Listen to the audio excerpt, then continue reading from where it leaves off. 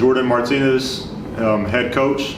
I was a part of a T-Wolves game as a player in season 2 and season 3. So Justin Butler, general manager and former head coach. So I coached during season 2 and 3 and general manager for the entire time. So BearDaBeast, president, vice president, head. Nah, that's what y'all think I am. BearDaBeast, point guard. I've been with the team. I feel like a dinosaur. Whatever, since we started season 2 to season 7. Other positions, Jay kicked me off PG a couple times, but mostly 98% of the time PG. I mean, the NBA was moving into esports, so I mean, once we heard about it, wanted to be part of it. Probably we wanted to get on season 1, but we were going through a major renovation at Target Center at the time. Just had a ton of stuff going on at the time, so it was kind of just, let's just wait, we'll join year 2. It also gave us time to just see what other teams did and learn from it, and hopefully not miss those types of things. But you know, it's been a passion. Gaming's been a passion, so I always tell people this is a passion project for me. It's not my first and foremost thing I do for the Minnesota Timberwolves organization, but it was definitely a passion project. So I mean, it's been fun to get it to the market and do something that you enjoy doing. Get to see these guys make money from something that we all enjoy doing. So that's been kind of the really cool piece of it. And there's just so many people in the community when you see it, whether it's here, when people walk by at Mall of America, interacting with youth groups, interacting with adults, but it's just like you can definitely see like the gaming passion come out. And so that's really what this whole esports project was tying in NBA basketball to kids today and adults, but I mean kids today who are growing up playing esports, not really doing the traditional thing of basketball that a lot of us grew up doing. So, well, JB said it's a passion project for him, so this all I got, baby. This all I ever had. That's why I had so much passion in all the locker rooms. But yeah, that's for me. The road, it was. I don't know how far you want me to date back. Where you want me to go? I don't know what do you want? I mean, you got time. I'm here. This is it right here. This is it. I got time. We got all day. So getting drafted. So T-Wolves Gaming didn't get in season 1. Luckily enough for me, they didn't get in season 1. Because if they would have got in season 1, they wouldn't have got me. I wouldn't have been able to play here. Because I didn't make it. I didn't get in season 1. Me and Jmoney were actually killing the combine season 1. We dominated in season 1 combine, and I got my reasons, and I heard the little chirpers going around, what's going on, but I didn't get drafted. So for me, it sucked. It was bad. It was a bad time. Normally, I would never say I'm like depressed. I don't think I've ever been depressed about anything, but as far as being let down, I feel like I deserved it. So I kind of took that motivation of like this bad energy of like, why didn't I make it? I was good enough. Cool, let's turn it into some positive. So I used it as fuel the next season, and I didn't get drafted. And I remember that pre-draft. I had a business. I went out of business for the 2K League. I was at the store. I was supposed to be at the store 7 days a week, from 9 to 5. It went to like 3 days a week, and the 3 days I was in there, it was literally I was playing 2K for the 4 hours that I was open. So my business went downhill, but I sold out. I'm just the truth. I just sold out, man. I sold out, and luckily enough, I made it. So that's kind of the pre-draft story. And then when they finally called my name, it was bittersweet because I didn't know anything about Minnesota. So from North Carolina, I never really left North Carolina until college basketball, and I will only leave not to travel to go vacation, but to go to this basketball gym, pack up, hotel, back to North Carolina. So I never traveled before. You take the test in school, 50 states, you gotta do Minnesota on the map, but I swear, I tell the story all the time, I thought I was gonna land on a dirt road. I thought JB was gonna have us in a big red barn, and we was gonna be playing 2K. I just thought like, I didn't know if we were gonna have AC, for real. Like that's what I didn't know. And when I got here, I'm like, yo, it's a city. Like there's buildings here, this is nice. I kind of think that's why I fell in love with it. So it was bittersweet. Like it was bitter at first, and I was like, Minnesota. Then when I got here, I'm like, yo, Minnesota, this is dope. All right, so pretty much I've been playing like 2K my whole life. I started playing like competitive gaming from like 2010 on. I started playing Halo 3. I got into competitive Call of Duty a little bit, not like top tier, but I would think I was top tier whenever I was like 10 years old playing those games. I grew up playing basketball, so around like 2K11, 2K12, I started playing the game a lot. And then in 2K14, is when they introduced the My Park mode. Ended up playing some comp players towards the end of 2K14 and kind of got introduced into the comp scene. And then 2K15 ended up being like a real young cheesehead. I was in the high rollers. Pretty much, I'll get home from school from 3 p.m. to 3 a.m. play high rollers every single day for like 6 months straight. And that's kind of how I built my name into a competitive name. And then 2K16, whenever they announced the 250K tournament, that's when I was like, yo, I need to like give my all to this. So that was like my motivation to just like win everything. That's where it kind of started, and I ended up making my team RDG. It wasn't how it became, but I started by myself.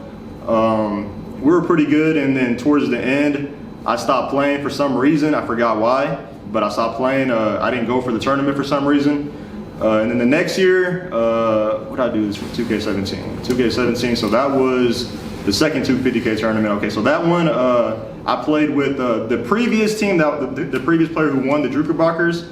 I played on his team, Mr. Styles, and we played pre-drafts the whole year. We were pretty good.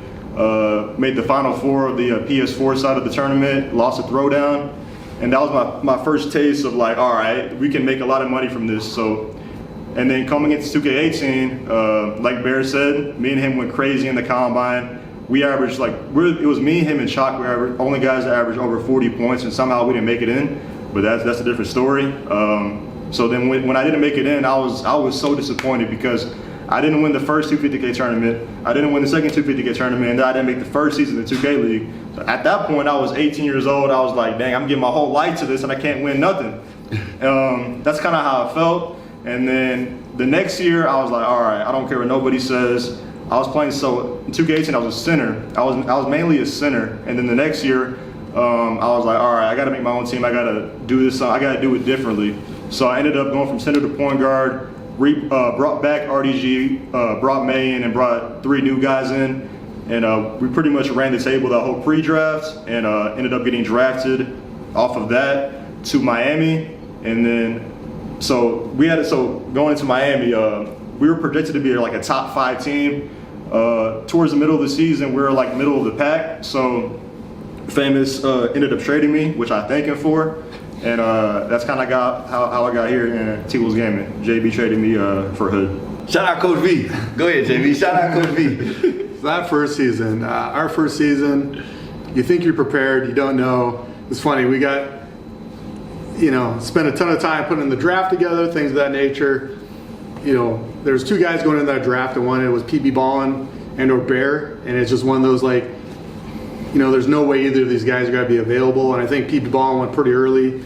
And I'm like, Bear is going to be one of the first point guards off the board, so we're not getting. So I'm sitting there with Coach V, and we're going through all these different scenarios of like, dang, who are we going to draft? And it's coming down to Keena's probably, and Keena went right before Bear, and then it's probably Vandy. I think Vandy went 8th that year or something like that. So it's just like, but every time a point guard got taken, it wasn't Bear, and it just kept sliding. And I'm looking at Coach V like, there ain't no way we're getting Bear. There's 0 way we're getting Bear. And like I said, Keena went at 10, and I was like, oh my God. So we got Bear, and I was talking to Bear, and you could definitely tell from that conversation, he was not excited to be here. It wasn't the end of the world, though. It was one of those things. It didn't matter. I just said, it don't matter. And I don't know if he said, I want to be traded. It didn't matter. Whatever time it was, as soon as it was like time to draft, Bear. It's 100% Bear. It's done. I don't care if he wants to be here or not. It's Bear. Let's go. And it just, kind of from there on, it was a wild draft just because, like I said, came from more of a basketball side, not necessarily a 2K. And that's not to say we just won analytics, but it was kind of like we had certain things. Being our first year, we had no idea what to expect. So then it's like turn up defense. He's a my team guy, 250K tournament, but I knew he could play different positions. It wasn't joke gets made well it's because he had defense in his name. That's why we took him. It wasn't that at all. It was just he was a guy that I knew could play multiple positions. We had an idea where he might slot in, but hey, it doesn't matter. We'll figure it afterwards. Then we go with JoJo, who's kind of the random, the unknown, but he was with Pacers Gaming the year before, kind of as an assistant. But he's in the scene, heard good things. That's one of the things he did go through the combine. He had pretty good stats compared to a lot of other people. So it's kind of like, we're watching it. He's also played college basketball, so it's kind of like, all right, we're getting a basketball guy. I've got my 250K guy. We had Feast and Hood at the time. We had Bear, and then we went with Nacho. And Nacho was like at that time, he was the king of the combine. I mean, it's like he had unbelievable stats in every single position. So for me, that was just kind of like, all right, he's our sixth man. He can fill in a lot of different positions. Like, cool, that's our team. And I'm sure Bear, when he saw it, was like, holy smokes, what are we doing? And it's like, I'll let him talk to it, but it's just one of those things. From my aspect, I loved it. I literally came out of that draft, talked to Ted Johnson, who helped put 2K together, was kind of the driving force behind it at the time. But I'm like, we can win a championship with this team. And it's just like, he smiled, and it's like, I'm sure we can. And it's just like, we got to do content, we just got to be competitive. Whatever else happens, whatever else. But I truly believe coming out of that with Bear and some of the other pieces we had, like, we were ready. And that's not even to say Jay. I mean, Jay, knew who Jay was going into that draft. I expected him to be one of the, again, like I said, one of the first rounders for sure. He slid all the way to the third round for Miami, where Famous took him. And then, like I said, with the whole Hood thing going down to, unfortunately, we let Coach V go. It was definitely a wild year. We had Nacho playing during the turn. Nacho had an unbelievable first game, our first game, and then the second game, that's when you could ban players. They're banning his build. So it's like, we got Nacho's our sixth man who's now playing. He's getting banned. So the turning point for us with that year was Cleveland. We're 3-5 at that point. We're up on Cleveland. We're starting to feel good about ourselves. And then we get absolutely demolished. It was a bad second half. When I say we got demolished, we were up by 20-some points going into the fourth. 28, I think? Probably. With like 3.5 minutes left. We're still up 20. And then the wheels on the bus just came flying off. Like, we got super tight. We were like, we can't lose this. And we ended up losing it. But it was that bus ride back to the hotel. We're 3-6. I'm looking at the team, and I'm not angry. It's just one of those, kind of disappointed. I'm like, guys, like, we got so much talent. And it's just like, what are we doing? So we kind of regrouped from that. It's kind of like, and I know to this day, not everyone, I might have been the only one that believed it. Everyone else was kind of like, okay, yeah, shake their heads. But we came back and kind of just, we found another gear. We shifted what we did. And it's just kind of history was after that. I mean, we rattled off 7 more wins to finish the season. Finished at 10-6. I think we ended up in 3rd or 4th place going into the playoffs. Beat Warriors first series, 2-0. Beat Kings the next series, or maybe it was vice versa. I don't remember. It was vice versa. So we beat Kings and BP. We had them, and then we 2-0 them. Beat the Warriors, 2-0 them. Neither of those series were competitions. And then we were in the finals against the 76ers. And that year we had practiced against the 76ers a lot, and they had our number. They're a really good team overall from top to bottom, and they had their number. And it was just, that was when you would make the finals, take a week off, and then play the finals. So that whole week, we couldn't get scrims. They're paying people to scrim them. Shout out to the Raptors. Raptors that year were like the only team that would actually scrim us, so they scrimmed us like 4 or 5 times. It's internally in our group, Feast and I had a come to Jesus meeting during that time, because it was just like, what are we doing? Doesn't work against the 76ers? No, believe, stay the course.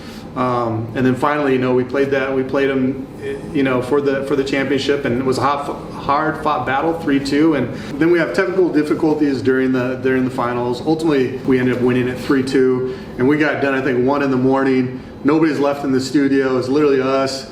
And as soon as that thing's over, like, staff is gone, but it's literally us and a couple of the 2K League folks. We're up on the roof. Unbelievable. So it's kind of one of those things, I didn't even realize it's 1 in the morning, but it's 1 in the morning, we're up on the roof, we got the trophy, and it's just kind of, you're soaking it in, and then it's just kind of like, you're back. And I mean, we'll talk about more seasons, but I remember after winning that, kind of looking at the team like, man, like, how many more of these things we're gonna win? It's just like, you win that first one, our first season, it's just like, you figure like, every year we're gonna be winning a championship, we're gonna be competing, and it's, after the fact, after going through season 2, you realize like, it's hard to win in this league. There's 21 other teams, then 23, now 25, trying to do exactly what you're doing. It's not easy. It's competitive, a lot of good teams through the years, but it's just something I didn't fully grasp at the time about just how hard and how special we did what we did. So I enjoyed it so much, like, because I was 19 years old, 19 to 20 years old, and so I was in Miami, like kind of like what Bear said, but I was in Miami. And then I got news that I was getting traded to Minnesota. So like, moving from Miami to Minnesota, being that young, I was so mad, because I was like, damn, I'm living in Miami, like living in a good spot, Who doesn't want to live in Miami? And then I was like, all right, you're going to Minnesota tomorrow. I was really upset that I was going from Miami to Minnesota just because of the just living part of it. But once I got here, it was way better than what I expected. Didn't have to play out of an apartment.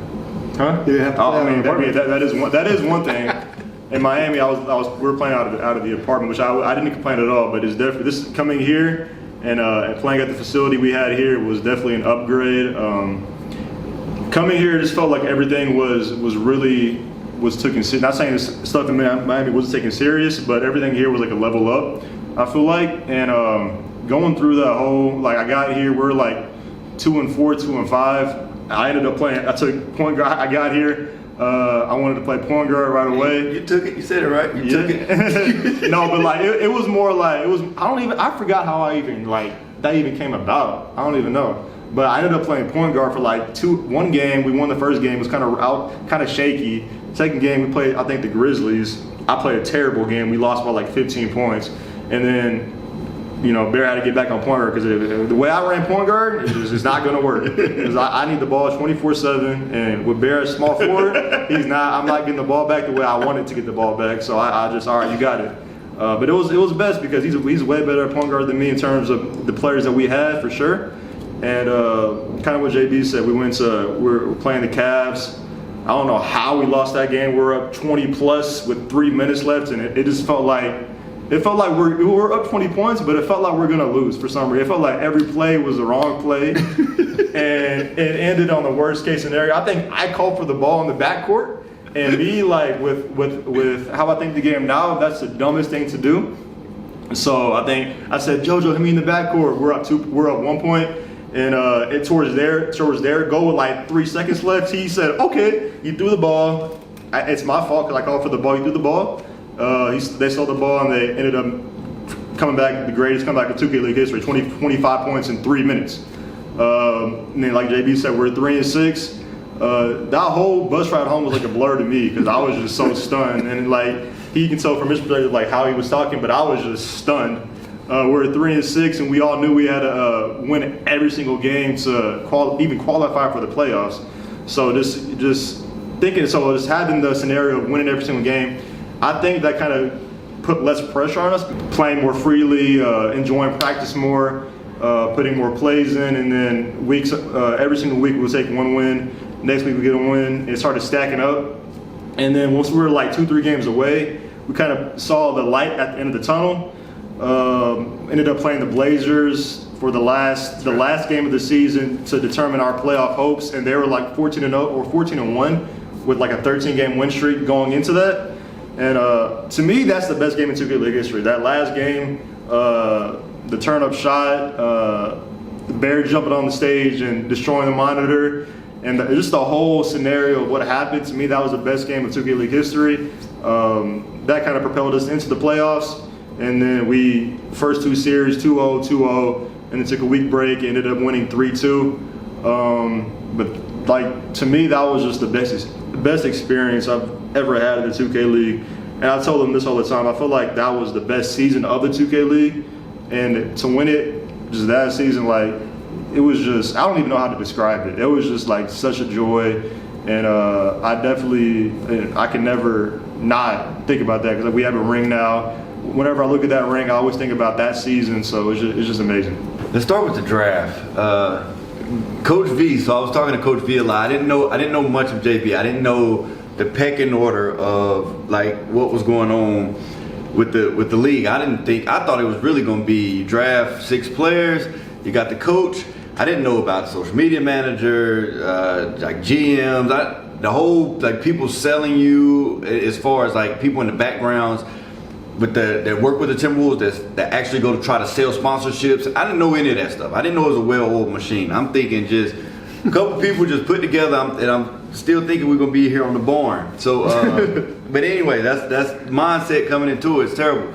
And so then we go to draft, and I remember Turnup because Turnup had lost to Damarius for the 250 in my team. So I'm like, all right, he a loser, but at least we know he pretty good. I ain't never seen him in the Pro-Am circuit, never heard of him before. Just knew he was a my team guy and just prayed that the boy could play Pro-Am. And then we go, so knew about Hood and knew about Feast. Now I thought me and Hood was gonna be like white on rice. I thought we were bread and butter. I thought me and Hood had it.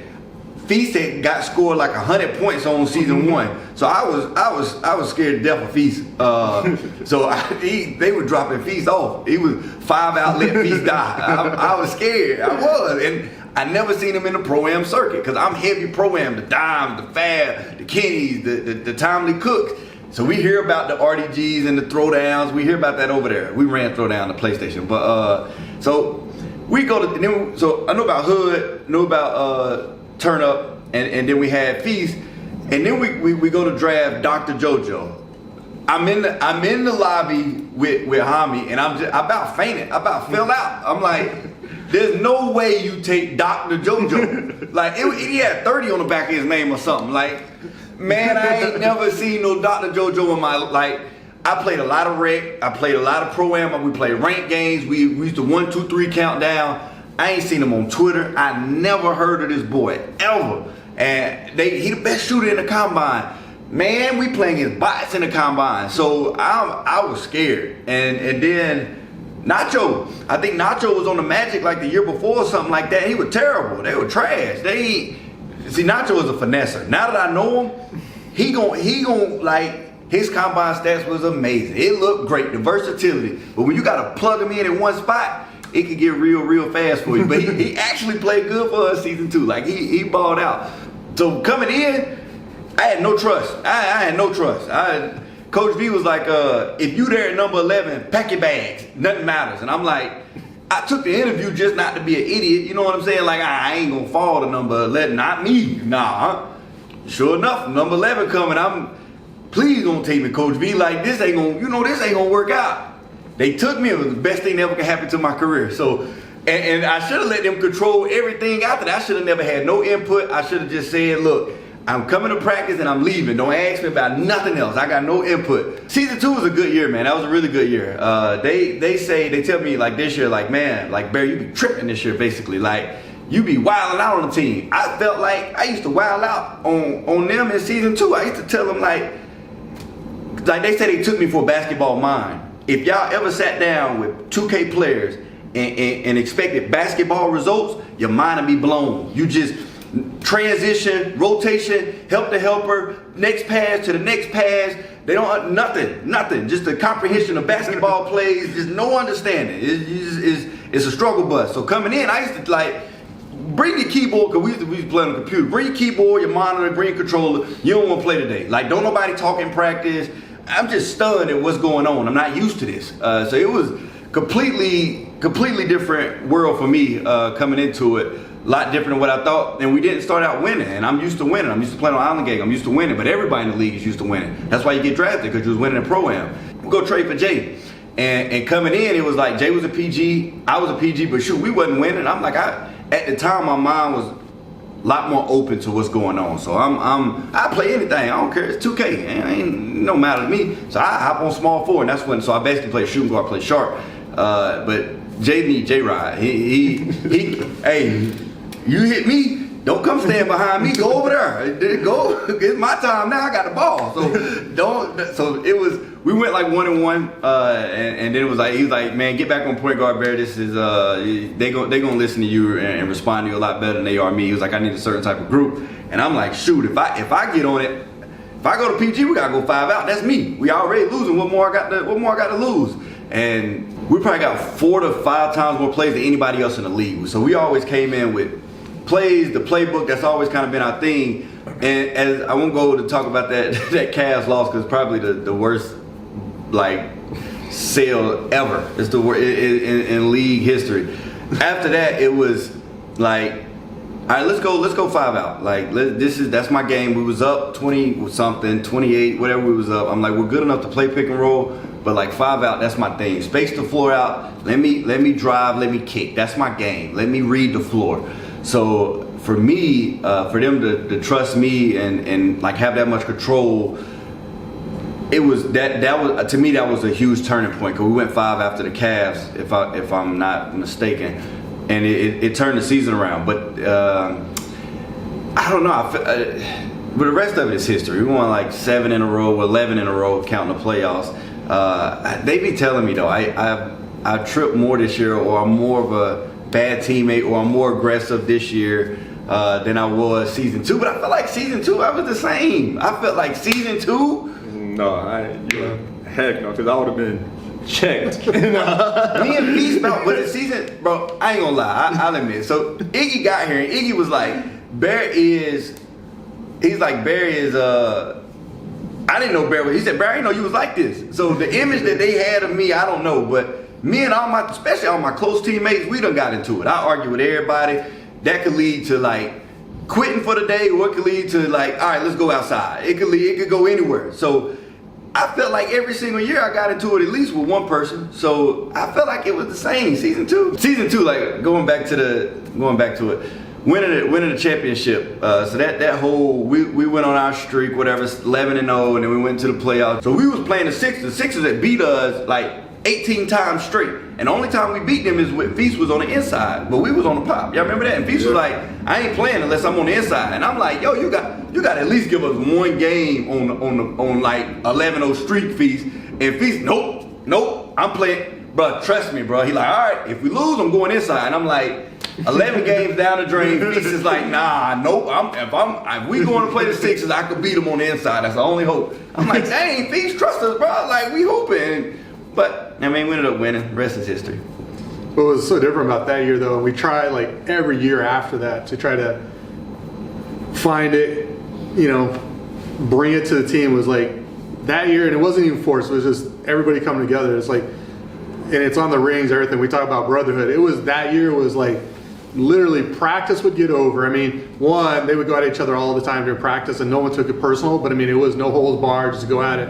Then we would get on League of Legends, and it would even get turned up more. It was like, man, you suck. Like when we're playing 2K, at least we're trying to like work as a team. We got into League of Legends, split the teams up, half the team here, and it was just like bloodthirsty, people going at each other. And that would go on from like we wrap up practice at 5 or 6. I mean, I would hang around for another 2 or 3 hours, but then it would go like they would still be here another 3 or 4 hours after that. I mean, they would go like just on their own. They would all be here until like 1 a.m.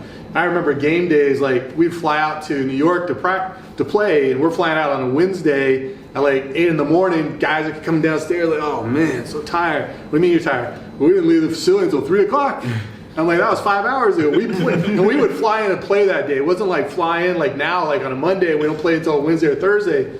We flew in, and you're playing, like we would land at 12:30, and it's like, hey, first game's at 5, we'll see you in 4.5 hours. So we're like, these guys are tired, they're trying to sleep on the plane. And we're landing, we always do Chick-fil-A because that just became like, superstition. Like everybody, Nacho would be, I'm going to go do this. Nah, Nacho, you're going to do Chick-fil-A. It don't matter. I didn't like Chick-fil-A, Nacho did, but it don't matter. We're doing Chick-fil-A.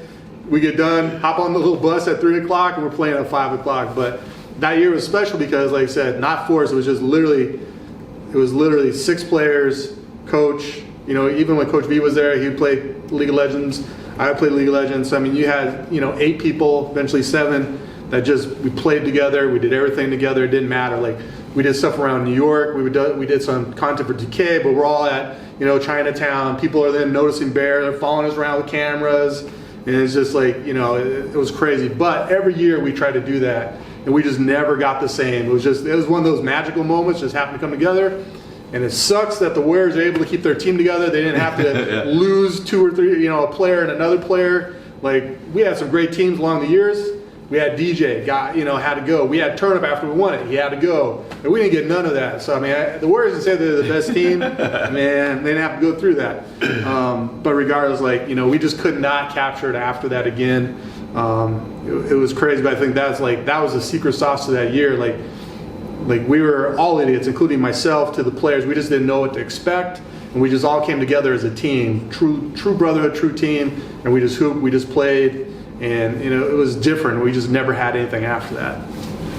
I think that's what it was. To piggyback on that a little bit, because we didn't know about League of Legends. Like we heard of the game because it's one of the biggest esports ever, if not the. But like JB knew about it. He knew the ins and outs. We don't know anything. I'm used to 2K and Madden. I don't play them other games, bro. Like I don't do none of that. And everybody just started to pick up on it. And I think I don't think Jay played as much, but Jay would stay after, and I don't know if y'all used to play Pro-Am or, I don't know what he used to do. I would just play 2K. I would sit there and play 2K. But I wouldn't stay as long as y'all would, though. Right. So it was Jay was always like the young guy of the group. Jay was the young guy that had all the stick. He was the young guy with the ego and all the talent that you got to leave him alone because he got the most talent in the room guy. So the rest of us was like, we used to play league, and I remember, and it was, once we started to play league, that connected to something else of like, we used to sit in there and play all day. And we're playing 2K, like JB said, we're trying to win practices. You're trying to keep it constructive as much as possible. League is man, you stink, you suck, come in my lane then. Like we'll switch sides in the middle of the game, and won't be a team no more. Like, so it opened up a different type of like relationship that you have, because now you're with these guys from 11 o'clock to shoot 12 o'clock in the morning. Like you there all day. And then you start, I'll never forget, we start going out, me, JoJo, Feast, Turn Up, and now I know what like favorite drinks these guys want at the bar. And it's, now we get on 2K, I done seen you play a different game. I done seen you in an element to where you might not be comfortable, and now you done got comfortable. Now I know you a little bit better. I could talk to you in a different type of manner. You know how to do this on League of Legends.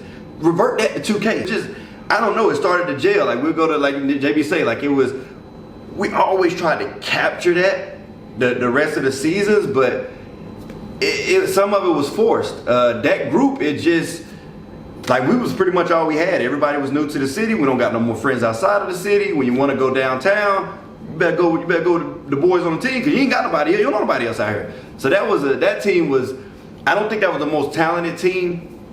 Now when I look back at it though, I could debate it, I could argue it, because I've been talking to a lot of people, and it's we love throughout the years, I would say that wasn't the most talented team, but they just bought in, and I look back at it, I think that team was pretty talented. That's how you win a 2K League championship, but I don't think the talent was the special recipe. We use talent though, like I think you're right. Talent is in stick skill.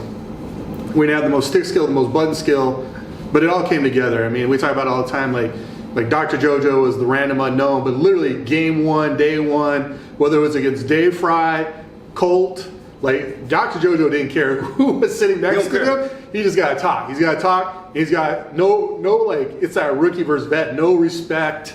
Just, I don't care who you are, I don't know what you think you're doing. Like, he's gonna let you suck. And it was nonstop from the moment that thing went off to the moment it ended. Yeah. This dude chirping at you that he's a random, unknown, he didn't care. But it was like that. He didn't have the most stick skill, but just that attitude, and then his basketball IQ. Like, one thing I will say, like, JoJo was probably the best popper that the league's ever seen for that one season. But I mean, he hit his shots and he did the dirty work. Like we talk about all the time, like as a center, he wasn't the league leader in rebounds, but I guarantee you he was the league leader in box outs. Like he got a body on somebody that allowed Feast or somebody else to come through and scoop up that ball, and that's what really made us different. Nobody, like all the other teams we've had along the years, have some really good players.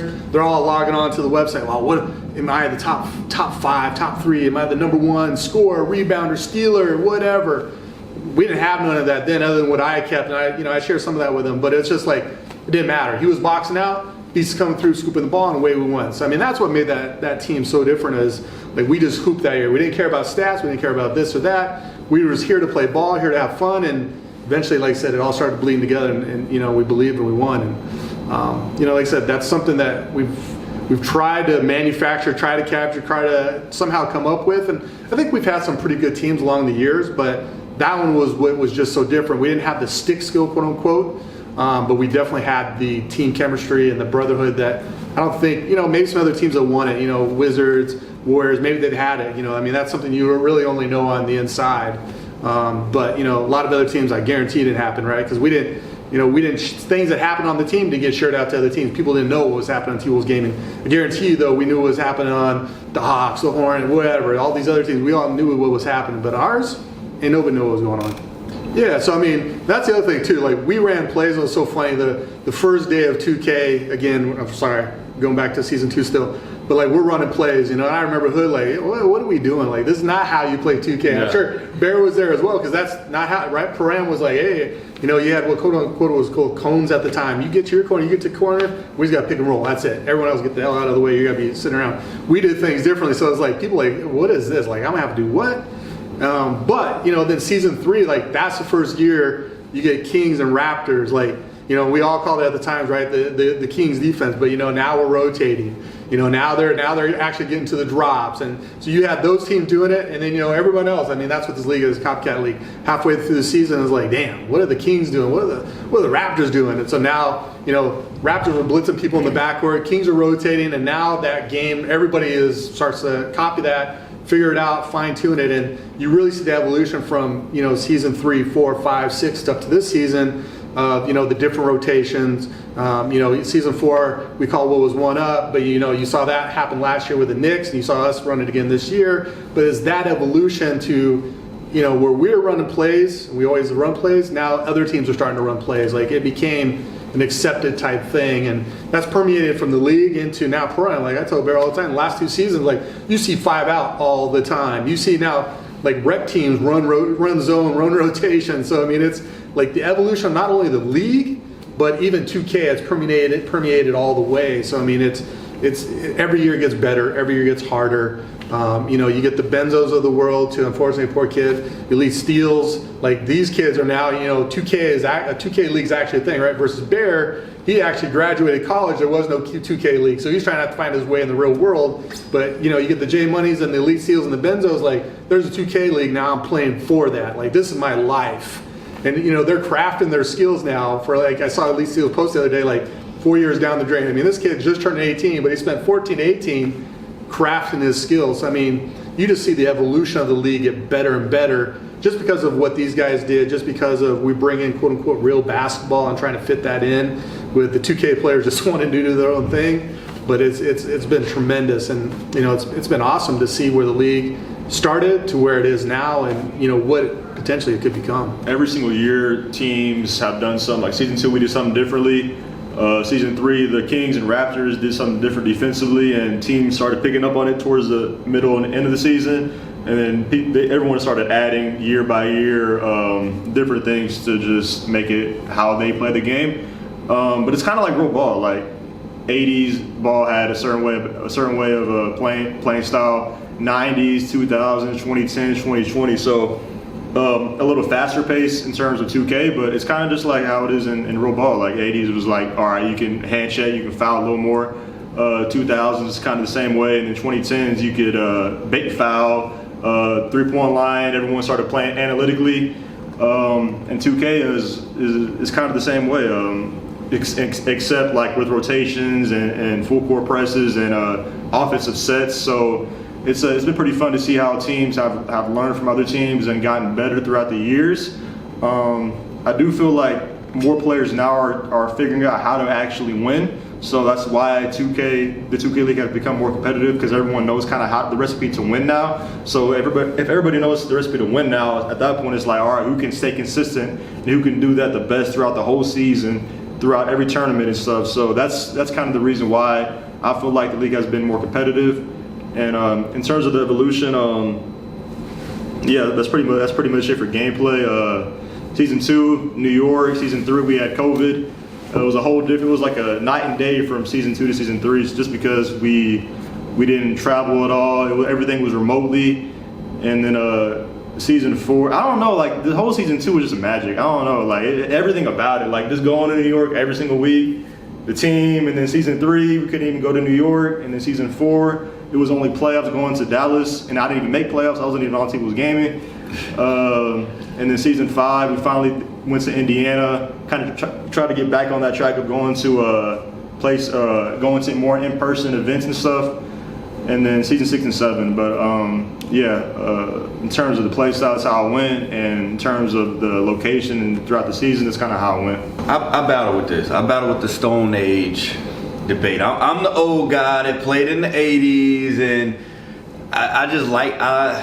it's obviously errors, but I feel like those, you didn't have the Gliz, they weren't in the league, Kyle wasn't in the league season 2. More talent did come along, but Kai got into the league on G&G and went 6 for 40.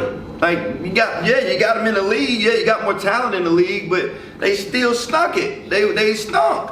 So, like, yeah, we got more talent throughout the years, but I don't think I'm a prisoner of the moment. I remember, like, this is RDG. They made it's people who run around today, to this day, 2024, RDGK, because he used to whoop them so bad. This is a dude that, all right, cool. The IQ is there. The physical stick of playing is there. Cool. I'm gonna go to a shooting guard. When you could take that type of talent and move it to a shooting guard, it's unbelievable. It's unbelievable to hoop with. I'm still running the same 5 out from season 2 to season 7. I ain't changed. I'm old, right? Can't teach an old dog new tricks, right? Unless I'm the anomaly. I'm the anomaly. Y'all never want to give me credit for it, so don't give me credit now. But I look at it like a couple more defensive rotations started to come, and it really ain't nothing before stack, triangle, and off of those 2, reverses.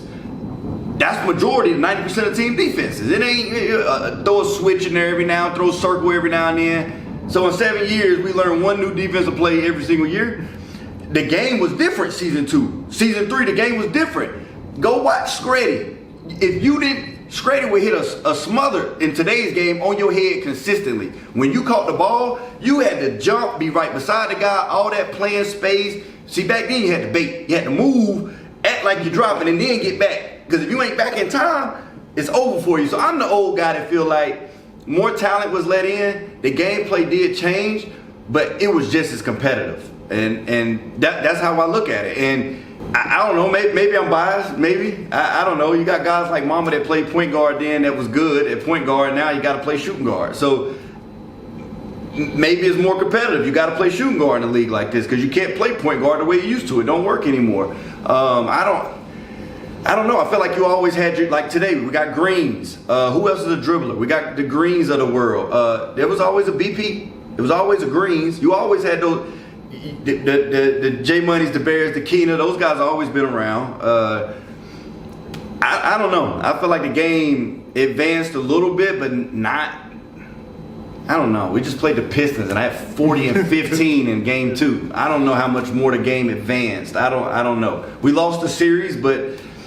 Yeah, I don't know. It's changed. I'll debate anybody about it. I can go down the list with everybody on it, but yeah, that's my opinion on it. The game advanced, but I feel like season 2, like in terms of winning, like it was just as hard to win that season as it's been every single season. Like no matter how much the game's changed, like if you're in the moment and you're a player on any team and you had to play versus B5, you had to play versus the Celtics, had to play versus the Warriors, it was the same, like, all right, these are the top dog, T-Wolves game, these are the top dog, we got to beat them. So in terms of like, cool, like it looks better, it looks more glitchier now, but in terms of actually winning the game, it was just as hard to win back then as it is now. Yeah, if you want to win a championship, I've done it, hello, if you want to win a championship, you need some luck, and you got to play your best ball. You can't, when you start missing wide open shots, not making the next read, missing a rotation, not stealing it when you're supposed to.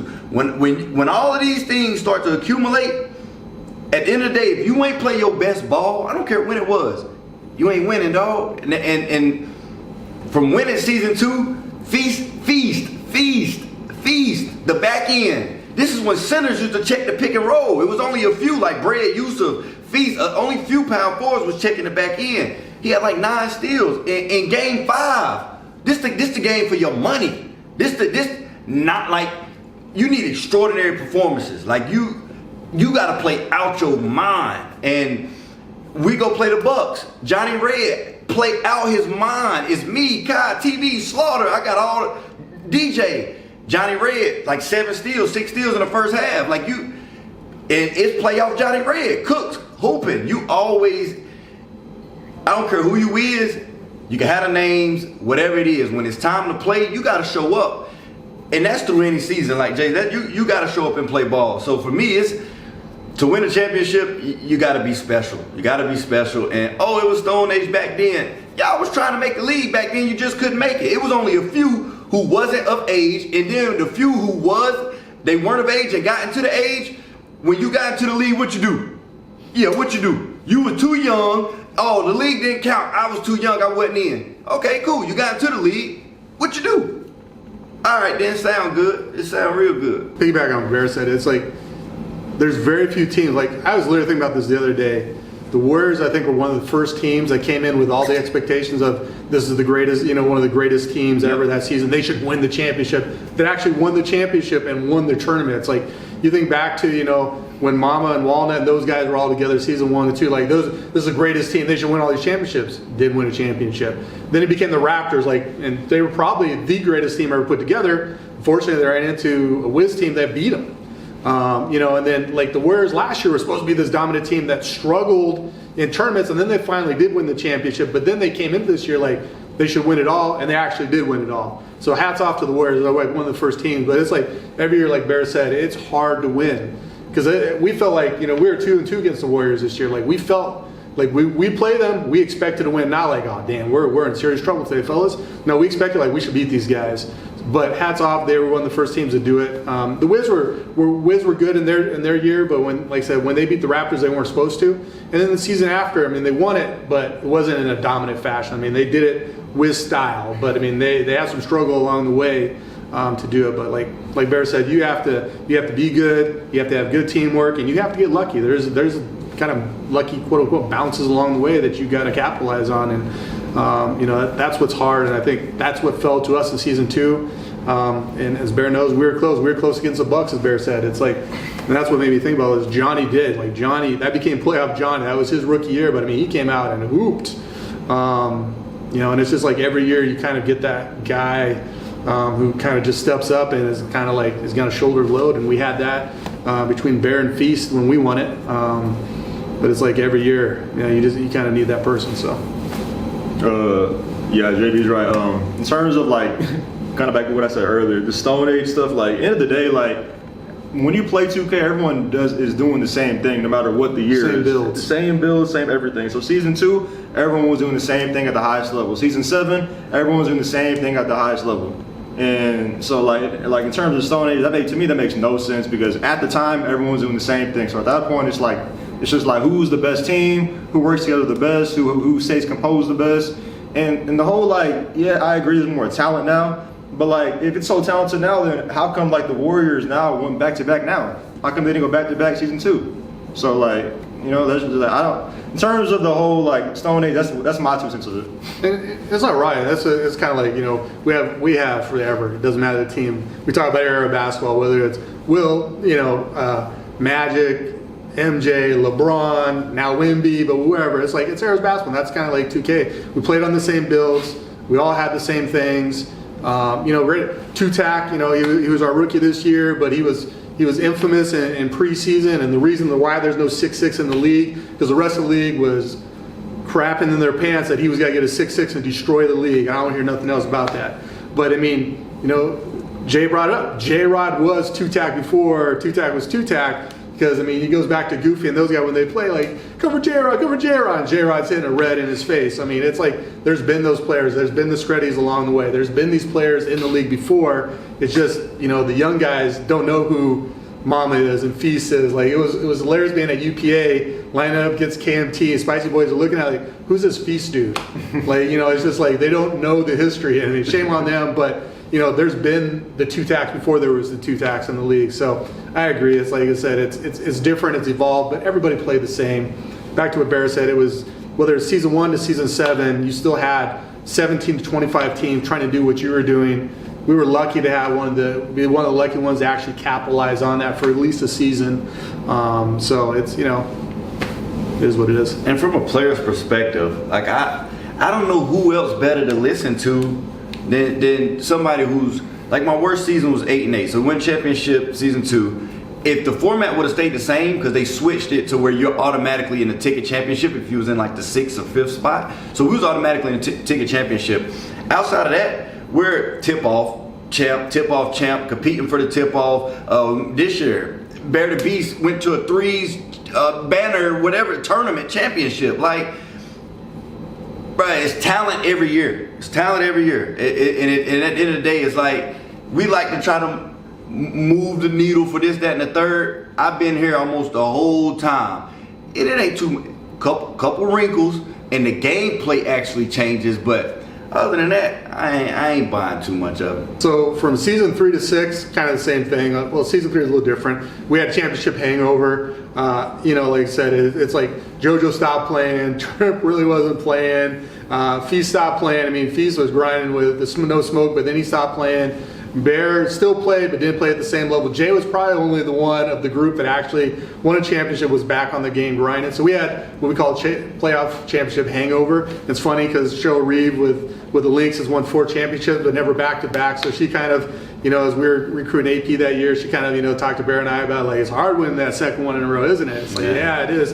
But you just don't know those things. So, but that season 3 was kind of a hangover, and that was our worst season, 8-8. But after that, we had Kai, TV, Slaughter, Saint, Detoxes, a couple others. But it was like we were always talented, and we won a couple banners. But it's like, we were first out of the gate because we did then get, as Bear calls them, little nerds, that hoop all the time. And so we'd get out to such an early lead on teams that nobody could compete with us during the tip-off. It wasn't even a competition. Like, we would mow through the competition.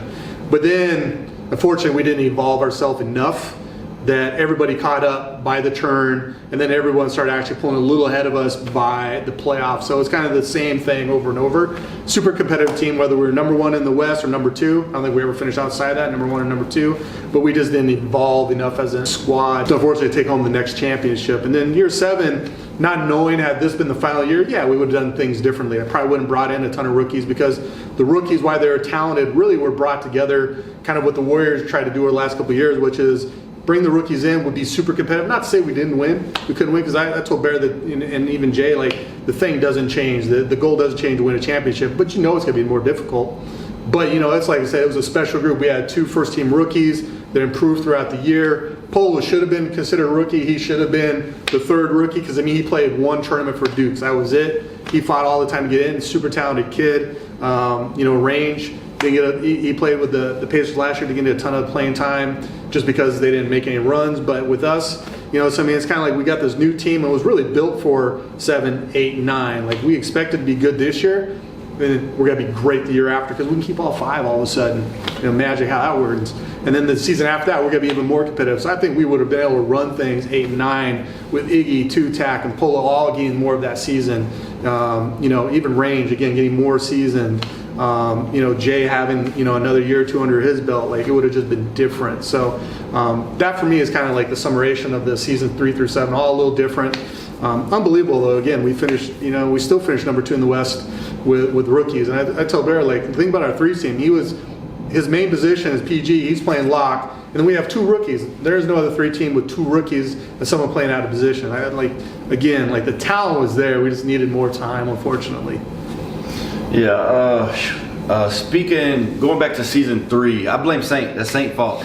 Saint didn't want me to go 5 out. It's Saint's fault. I don't think I could have took us to a championship, but what did we start? 7-0, 7-1? 7-1. We 7-1 and the wheels fall off the bus. Yeah. And Saint should let me go when it's bad and I'm stinking it, you gotta let me go 5. That's all it is. That was my worst season. My worst season was ticket championship, and our record was good in the regular season, so we made it to the automatic place to the ticket championship. And then the following season, we picked up Kai and Slow. Go to season 3. Season 3 was bad on me. That was probably my worst league build ever. Jay should have been PG no matter what. It was. I didn't know none of the quick stops. I didn't know the little peaks. I didn't know how to do the little peak. I didn't know nothing. That's when they introduced the quick draw. If y'all remember that, I wanted to play on a build with gold quick draw with like 99 passing. That's what I wanted to play on. I could have got us to the Alls with that, but it wasn't going. But then we ended up trading. Jay was done watching me stinking at point guard. After that, I don't blame Jay. It's like, it was my fault I got traded. Jay knew as long as he was like, all right, if I'm here, they gonna let Bear do whatever. He gonna play PG. They want to play PG. I want my own team. I don't knock it. Like, and I was stinking it. I was bad, and my worst season was 8-8. So like, it was bad. So I didn't mind Jay asking out, and you know, him wanting to go somewhere else. And we, like, during the season, I used to talk to Feast all the time. Like, we knew it was a matter of time before Jay get his own team anyway. But we pick up. We ended up having Saint, TB's, not TB later, Kai and Slaw. And it was Saint, Kai, season 4. That's Miles, right? Miles and Dawsix. After season 2, I should have backed all the way off and never, ever, ever gave any type of input, because that's the only time I won when JB picked the whole team, right? And I think it was to the point where JB said, like, we used to, like, we want tip off. When we come out, it's go time. Like, you might be down 30 points by the second way through the second quarter. You might be down by 30. It used to get ugly. But when you so used to winning and you know, being that dominant, it's different when somebody punch you back. Like, we was always the ones punching, but then we got punched in the mouth. It's kind of like, oh shoot, like, and that happened. I feel like season 4 and season 4, 5, and I feel like 6. I don't feel like we really learned from our mistakes, especially 4 and 5. 4 and 5, we was the front running kings, and then season 6, I got TB at my power forward. I got Clamp in at my lock. These rookies, after Clamp, I should have just said no more rookies, because DJ, you get all the rookies. They come. DJ season 5 used to play back in, sit in the free throw line, and JB used to just be like, DJ, what you doing? DJ just twirling his stick because his brain just, like, he bored. We 4 or 5 scrims in, his brain he bored. So he just twirling his stick, running in circles at the free throw line. JB like, what are you doing? Like literally. So the rookies in this league is different. It's different. Then we got Clamp. We tried Clamp at power forward. Clamp probably one of the best shooting locks I ever played with, though. Clamp was a sniper. But getting rookies from like day 1 until like the last day you hoop with them is complete night and day. Now y'all see like DJ. DJ is, I just watched DJ last night. He was playing pro-am, and I'm like, yo, like, the things that I didn't think DJ. I thought DJ got the brain of a walnut. I thought like a peanut brain. I didn't think DJ could understand certain concepts. And now he's like, okay, they coming off the pick and roll. He don't step because he's too far. As soon as he step in, when I step, go, rotate. Like, it's a patience to his game. Like, he's done got older. If y'all ever hooped in life, freshman year compared to your senior year, freshman year, you're using all your energy. Like, I used to hoop all my energy. And then senior year came, I could score just as many points using a third of the energy because I'm picking my spots. I can play with a pace. I can be a little bit, it's different. It's a little, because you're a little bit more in control. You understand the game a little bit better. But Jay's season 3 was Kai's season 6. He's playing with all the old guys. It's going downhill. Ain't nothing you can do but sit there and just be the young guy and try to carry everybody. Clamp didn't know nothing until we got to the playoffs, and he just turned into a different man and started to like hoop. And then season 7 about made me retire. That's the straw that broke the camel back. I don't know how much more I had, and that was all my gas right there. That Two-Tack, Iggy, Polo, and Range, one of them dudes is like, man, a lot of people ain't give Range a chance. Range might have been out of the league if the Pacers didn't trade him to us.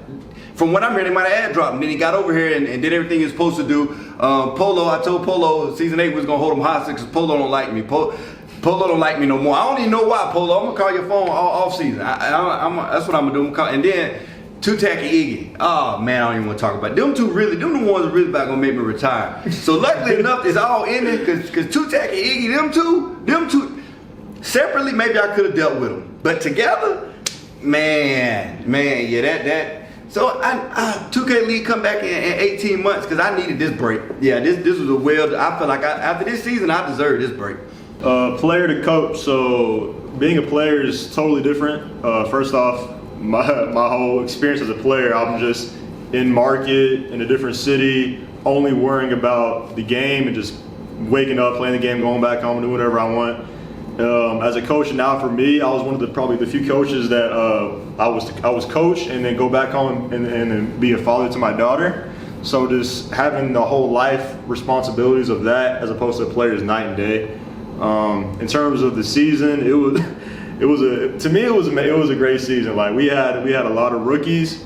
I felt like they grew a lot from day one to end of the season, especially with their basketball IQ. Start of the season, I felt like a lot of it wasn't there as I expected, but I do feel like these guys took my coaching style the best they could possibly take, because I feel like a lot of 2K League players wouldn't accept the way I coach the way these guys did. So I do appreciate, Bear, Two-Tac, Iggy, Range, Polo for accepting how I coach the game. And if y'all ever heard the comms, like I coach OD, I feel like I talk more as a coach than I do as a player. And that might be annoying to any player coaching, because if I was coaching myself and I was a player, I would not want to hear myself. So in terms of like the players accepting what I say and building off that and, giving me feedback too, I feel like that was an amazing part of it. In terms of how young, like it's so funny because I feel like I'm pretty young. I'm 25 years old. I don't feel like I'm too old. But the only room where I felt like I was relatively old was in the practice room, because Iggy and Two-Tac are like, Iggy's 21, Two-Tac's 19, Polo's 22, 23, and then Range is like, he's the old head, but he's younger than me. So like, I feel like I'm extra old because they treat Range like he's an old head, but I'm like, I don't even know. Like, I feel like I'm Bear season 2. Like I feel like I'm just old. So it was like, even though I want to be young, it was kind of cool for some reason to like feel like I'm not the youngest for one, in a setting. In terms of the players' growth, I feel like the players grew a lot. In the beginning of the season, they were kind of Two-Tac, Iggy Mo, and Polo for sure. They were really quiet in practice and in the real games, but every single day, every single practice, every single game, they kind of grew. From game to game, from practice to practice, so it was good seeing that. Iggy Mo made in terms of beginning of the season, he was terrible at mashing. Like he could have mashed anything. Iggy couldn't do nothing but shoot. That's it. He was a sniper though. I'm not gonna lie, Iggy is just a sniper though. Like he's the ultimate sniper. No, he's like, if you ever play him once, for some reason, like he's just glitchy in once. For some reason, like I feel like I'm a decent guard, but I can't. In terms of Iggy play Iggy and LeBron, anything, he make every shot. But he can make every shot. But beginning of the season, he cannot dunk the ball, which was probably like the easiest thing to do in the game. It's so weird. Like he's like it's so glitchy. But in terms of like doing basic stuff, we didn't have it at the time. And towards the end of the season, he got really good at mashing. Two-Tac is quietest dude I ever knew. Like I feel like I'm really quiet. Season 2, season 3, I feel like I was really quiet, but Two-Tac, he's like the definition of a silent assassin. Like no complaints. Like whatever you want me to do, I'll do it. I mean, like to me, like if I was a point guard, I would love playing with Two-Tac because like they said, like I love Jared and Jared never talk, and Two-Tac don't talk either. So like I would love to have that. But in terms of his personal growth, as a player, his confidence going from day one to end of the season, it was amazing, man. Season 3 season, he kind of struggled towards the beginning of the 3 season, and then towards the end, like we played the Bucks and the switch open. That run in the switch open was pretty amazing.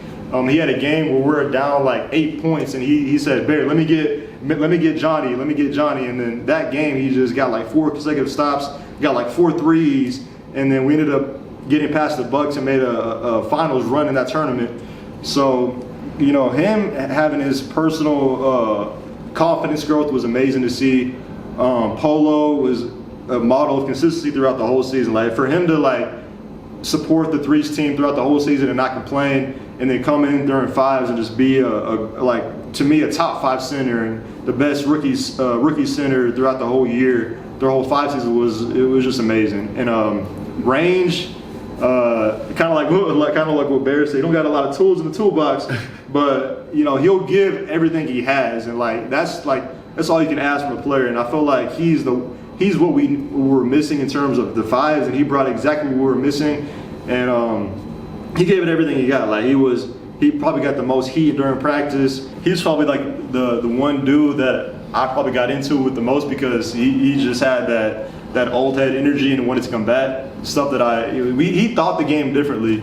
So in terms of the way I thought the game and the way he thought the game, it was just all right. It was just crazy. Nah, but it was a joy to coach them. And Bear, like I told Bear, like he was on these young guys every single day. Like it would be like, all right, let's get Sunday off. We'll practice Monday to Saturday. Let's enjoy Sunday, okay? And then come in Monday morning. Monday morning, off the rip. It would be first shot. And it was like, he gonna miss a shot, and then he'll give up a backdoor slip, and then Bear will call timeout. He would call timeout. He'd be like, I could have stayed home for this. I could have just stayed home. What's the point of me coming in? And then he'll be quiet for like 2 minutes. Everyone will start being serious and stuff. But even Bear, like him transitioning from having guys that no look squad, the TB, the Kai, the Slaughter, that had chemistry already. And playing with that, and then coming into this season having to change how he leads a team with 4 rookies on the team was amazing to see. And so coaching Bear, like I didn't think he would accept the way I coached, the way he did. Like I thought he would be like, all right, Jay, I'm better than you. Like why would I listen to as much as he actually did? So in terms of him accepting the way I coached too was a blessing. And the way he led the guys throughout the whole season was awesome to see. So that's pretty much how it went. I do got a question. I appreciate it. Was it from all right? Obviously, the age was different. Was it different playing, and then from your standpoint, hooping with me and then playing and then coaching me? Was that a different? What was it like? I don't. So playing with you, like. Season 2, I can speak for season 2 for sure. Season 2, like whenever I was at Sharp, it just felt like all I was thinking about was scoring. Like I just wanted to score. That's like I didn't have the point guard brain. So in terms of being a small forward in a scoring position, like you made it feel very easy for me to just score. And I felt like I was a top 2 scorer that year, so you made it easy for me to score. We needed that too. That's what you posting up and go. Oh yeah, for sure. So I wasn't in the RDG mindset. I was just like, all right, how do I maximize scoring? And you made it easy for me to not think about all the other stuff and just me maximizing scoring. And then coaching, then 4 years later, I kind of developed a better basketball IQ of 2K and then real ball, and then kind of combined it. And then coaching, I felt like we kind of thought we kind of think the same way, and I have certain ways I think about 2K and basketball, and you have your ways. And end of the day, I think that me and you think like we try to maximize winning no matter what it is, no matter how different it is. We understand that if you do a certain thing, even JB, if you do a certain thing, if you maximize it, that gives you the best chance to win the game. So it was just, to me, it was just really, it was probably more fun for me now just to like the IQ part of it, working with how you think the game, working with helping the young guys in a short time period as much as we can learn the game to compete at the highest level. So season 2 was kind of like a blur because I was thinking about nothing but myself and just scoring. And then season 7, it was just straight like, all right, how do we maximize winning? And everything was just like, we always said me and Barry always said mind games the whole year, mind games.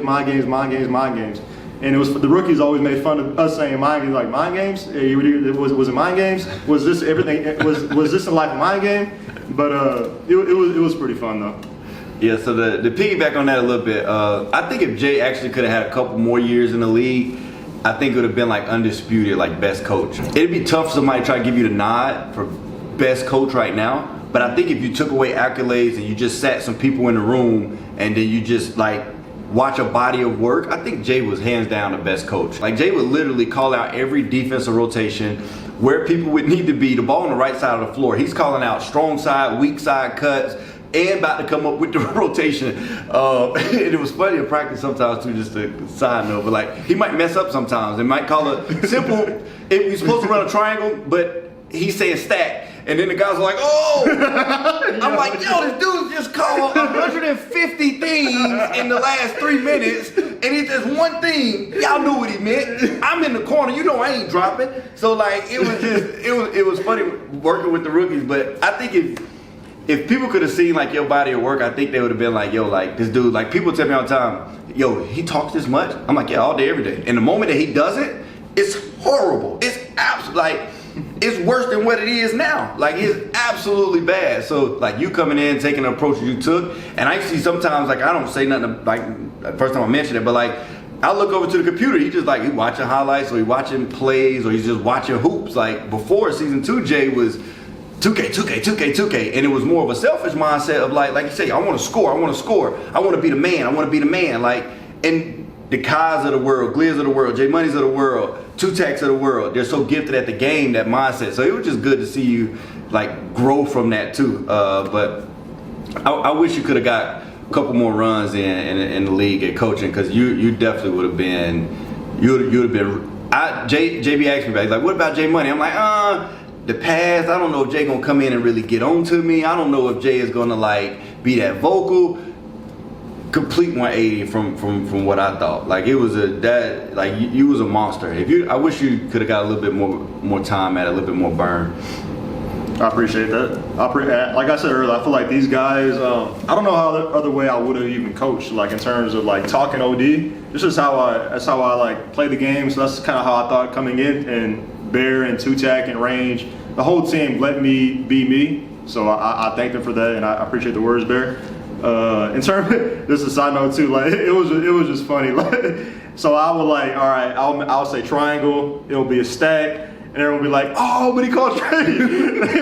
I'll be like, I'm sorry, fellas. I'm sorry, fellas. So like, the world me. I'll be like, it's me. I'm sorry. That was like, I always like, for some, even though like it was like low key annoying a little bit, it was always funny. Like, all right, I had to laugh every now and then. You know, I appreciated all the players we had through. It's like, even Hood, like it wasn't the best season. We held him hostage, this and that, but it was just a kid who was growing up. He didn't, he hadn't had some of the tougher conversations or the no's along the way, but he wasn't a bad kid. I mean, I would see him in New York after, hit him up, good kid. He just wanted a different situation. Hey, go do your thing, man. Go do your thing. We got Jay out of it, won a championship to, where, all the other people behind the scenes of, we haven't talked about Detoxies. Detoxies was part of, a great Param player, struggled somewhat in the league, but he did great for us. Another great guy, great attitude, just, he got displaced by JoJo, accepted his fate. It was what it was, and was a great teammate along the way. But it's little things like that too. One guy I haven't talked about on my side is Nick. Nick was really interesting as a coach. Came in as an assistant coach with us. A young guy. I mean, we're talking about a kid. I'll be honest, just no different than the rookies. He came in as a kid.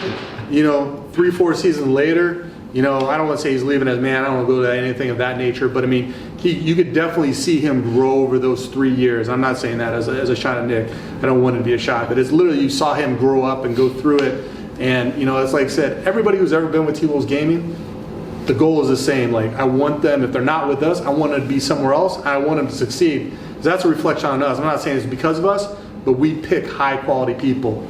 Nick. Saint had a great career after. He went to the Raptors, a couple other places, but he was with the Hornets. He's been in the league. Again, DJ. Now when we got him, the young idiot, but now he's, like everybody wants DJ. He got traded for a number 5 pick overall. Like he's another prototype power forward to DOS 6, king of the league. That's it. To Kai even, wishing him nothing but the best. Like Bear said, I mean, he kind of, his road with us came to end. He wanted to do something different, like, hey, go do your thing. Now he's a 3v3 champion. Congratulations to Kai. But we've had all these players and coaches along the way. Even Joe Vegas was with us in a remote situation, but I mean, I tried to work with him when we got an opportunity. I think he did great things. I don't say it's because of us, but he did great things with the Blazers.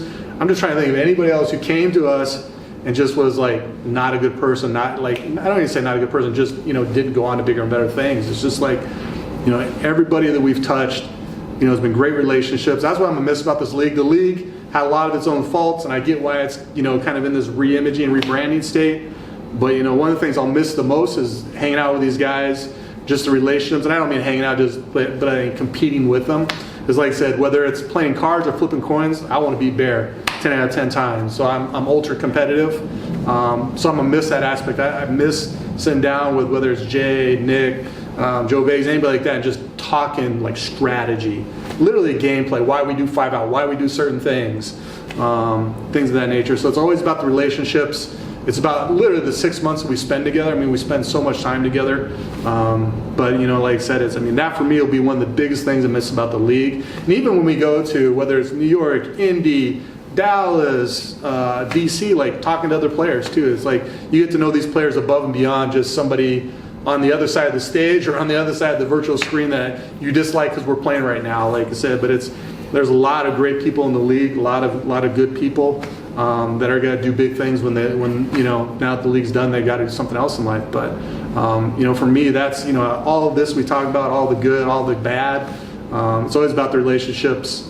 Fortunate enough that we've had some good people every year, even behind the scenes. Noah, Raina, Carolyn, Max, Coach V, Nick, Nacho, Jmoney. Trying to think if I missed anybody else, but it's all these different folks that have come through here that have helped make an impact on T-Wolves gaming, and they're different and the different things that they've done for us. Petey's behind the camera. P's been with the last couple of years, hanging tough, doing the social media and all the other things like that. It's all these folks that come together to make T-Wolves gaming what they are. I think we're one of the premier organizations in the league, just from a wins and losses standpoint, money earned. Again, all the players that we've talked about that have gone on, teams take our players because they come through. We do it the T-Wolves gaming way. Like, they want that winning, they want that consistency, they want a little bit of what we've had, what we've been able to put together. So again, for me, that's what I'm gonna miss the most about all these guys as we kind of do this recap on everything. But it's all these people that have made the league special. To all the supporters, I mean, we got a lot of diehard T-Wolves gaming fans out there. Hats off to you.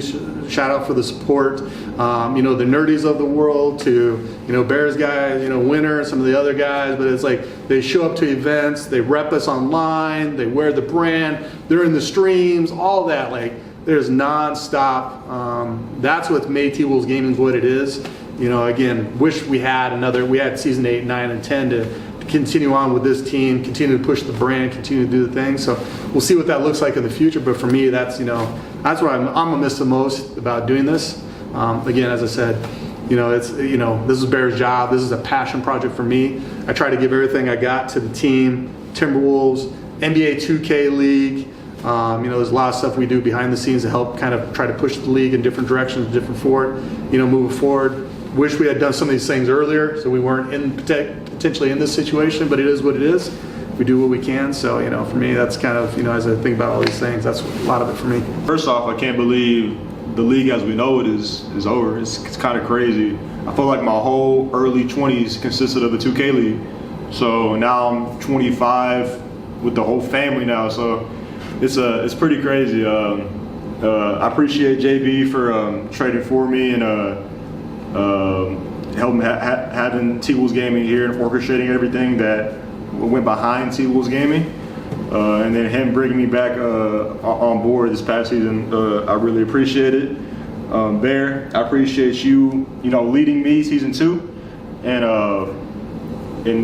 letting me coach you 5 seasons later. Like, the fact that you're able to lead me and then be coached by me says a lot about you as a person. So I really appreciate that.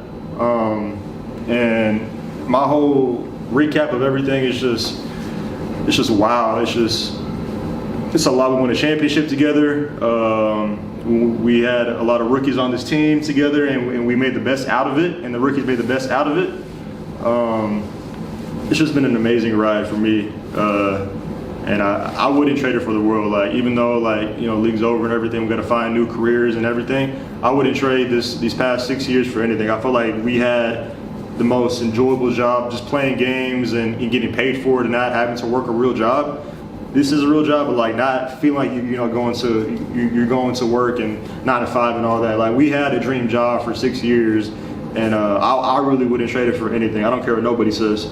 Shout out to all the coaches I've had. Shout out to all the coaches. I'm still in contact with all of them. Shout out to the coaches, man, because everybody brought in their own different piece, and throughout this whole thing, it's been relationships, man. It's like JB said, it's not just the 2K side of it. It's a lot more moving parts and a lot more pieces that make up T-Wolves Gaming. So if you ever worked in the management side, shout you out.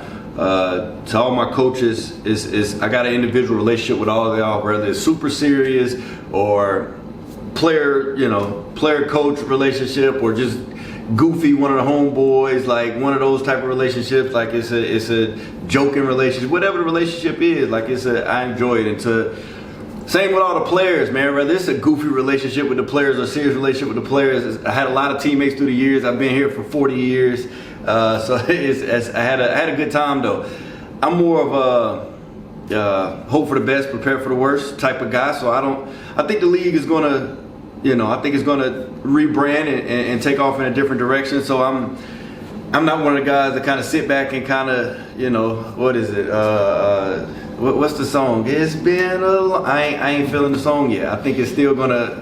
I think the league's still gonna go on. But as of now, as of what we know it, I had a good time, man. I had a good journey. And shout out Timberwolves. Shout out T-Wolves Gaming for taking a chance on me. I've been here my whole time. I don't want to go anywhere else. I never planned on going anywhere else. Outside of the one time that I'm like, oh, I don't want to get drafted there. Outside of that, I'm like this is where I want to be. This is where I enjoy playing at. And shout out JB, man. It's like, as far as, I'm trying to say this without getting emotional because I joke around all the time, but coming from where I come from, small town, North Carolina, being in the South, it's a lot of black and white. It's different. And then I come here and JB got black friends. JB, I never forget, JB invited me. He do, man. It's different. It's different, yo. I'm telling you, it's different where I grew up at. Ask the twins that's in the league, Caleb and Cody Martin, is different. But it's different, man. Getting that type of love from a white man is different. It's different. It's not what I'm used to. Used to the black guys, we got to stick together because, like in cities, black guys they shoot each other, they fight each other. Where I'm from, we got to show love to each other because there's nowhere else to go. So it's just different than from what I'm used to when I was growing up. And you opening your doors, man, as far as every single way, as far as mentoring me.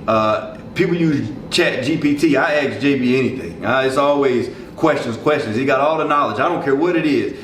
If he don't know it, give me 5 minutes. I'll figure it out for you. So whether it's knowledge or whether it's, man, is financially. Coming from where I come from too is you make terrible financial decisions. I got my first check and I went and bought the baddest car on the lot that I seen. And JB just, like, we got a lot to learn, young fella. And it's just like, he's always helped me, man. He's always been there for me, and since day one, he's always showed me love.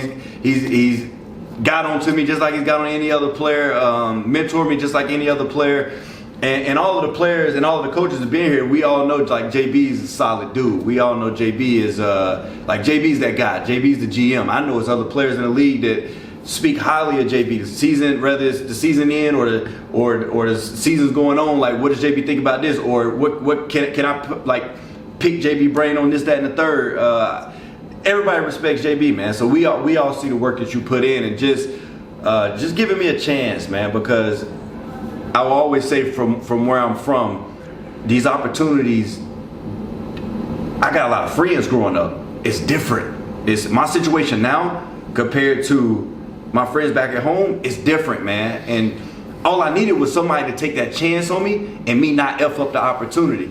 And I appreciate you taking that opportunity on me, man. And whether I capitalized on it or not, I made a lot of bad mistakes, but I'm a lot further from where I started than now, man. And a lot of it is because of you. And I could speak hours on you, man, because you really you touch my heart, and it's different. It's different, especially, I keep saying it, where I come from is different, man. And I really do appreciate you, especially you. I think that one point, I always say, like we say season 2, the turning point was we lost to the Cavs. I think when I came down and asked you, and as a man, I got a lot of pride, and I hate asking another man for anything. So there is nobody in the world that can say Bear owe him $1. I don't owe no man nothing. I don't owe anybody, but I asked you, and I didn't hate asking people. And I'm like, JB, yo, like, I got this dream, man, and I want to become this content creator. And when I go back home, it gets tough, and it's like you took care of so many problems, and from that one decision that you made may change the rest of the path and outlook of my life. And I want you to know I never overlooked that the money that I got to save, the money that you actually seen, because I still ask questions too about the money that I invest, so you're well aware of it. They don't got to know too much, but that decision, man, like Cavs changed season 2, that decision, like, it changed my life. And if it didn't, you did everything you could do. The rest of it was on me. But I do appreciate you. All seriousness, like JB the guy, man. All y'all know how much I love JB. Don't ever say nothing bad around JB while I'm around, because we run through a wall for JB around here. But JB a good dude, man, and all the love to you, all the love to your wife as well, and I wish you nothing but blessings. Yeah, and I appreciate it, but I mean, it's literally what you just said, is relationships. Appreciate you, like I said, from the moment I saw you, I knew we were, if you were there, we were taking you. You've done all the stuff along the way. Like I said, I'm glad I've been able to help, but I mean, it comes down to you doing the work. It's all these other players I've talked to. Talked to a lot of players that I want to do A, B, and C. Cool. Here we go. And it's like we never get past A, because A is the idea, B is the work, and C is the realization. B and C never happen. It's just like it's a great idea. It happens. You've had the great ideas, and then like I said, it's taking you a while, but then you do the work, and you are starting to reap in the benefits. And it's like I said, it's like a handful of players really got themselves in position post basketball. We talk about that in the NBA all the time when a player ends, but we try to do that with 2K, and it's just like you, Keena, Dave Fry, there's a handful of guys that really like, all right, the league's done, ain't no one worried about y'all because y'all set. So you put in the work, you did all that. I'm glad, I'm honored to be part of your life, to help you, whatever I can. Try to do that with everybody, but I mean, like I said, it's hard. I mean, 6 years. There's not many players that made in the league 6 years with the same team. You gave it everything you had. Like I said, different ways from season 2 to now, but I appreciate everything you did. So like I said, it's definitely unique. It's like I said, when you think of T-Wolves gaming, you definitely think of BearDaBeast. Regardless of if the rumors are true about the new league and redrafting, I've already put my 2 cents that hell no. But I don't want to go nowhere. No, I don't want to go nowhere. There's things like that. Nah, it means a lot. Appreciate it, man. But again, that's for me what it's all been about. The wins and losses are great. I have the trophies still. Like I said, I see the Wiz DG. They've got them in the cases, man. That thing lives in my office. They're not living in the facilities. Live in my office because that blood, sweat, tears. But I mean, that's why I do it for y'all. Like I said, I tell people all the time. Like, it's a funny thing. Like, man, how did it feel after season 2? I swear to God, I should have enjoyed it more in the moment. I don't remember much of it other than we won that thing. These guys are going crazy. The only thing through my mind that was happening at that time was like, man, you didn't F this up. You didn't F this up, man. And somehow, some way we got there. You let them do your way. It didn't come down to me like messing it up somehow. That was the only thing that was literally kind of through my mind. And so it's like, it said I've enjoyed all of this, but I'm glad like I said, right? They always say, don't be sad because it's over. Be happy because it happened. And that's for me is like with y'all in this season, this league. Whether you're on the team or not, with our new league ops, all the folks unfortunately are employed now. I'm happy to know y'all, and I tell everybody the same thing. Like, y'all know who I am. Reach out if I can help you. I definitely will. If I can't, I'll let you know. Like, it is what it is. But I'll be there for everybody as much as I can. This is T-Wolves Gaming. Signing off for the last time. It's over with. It's a wrap.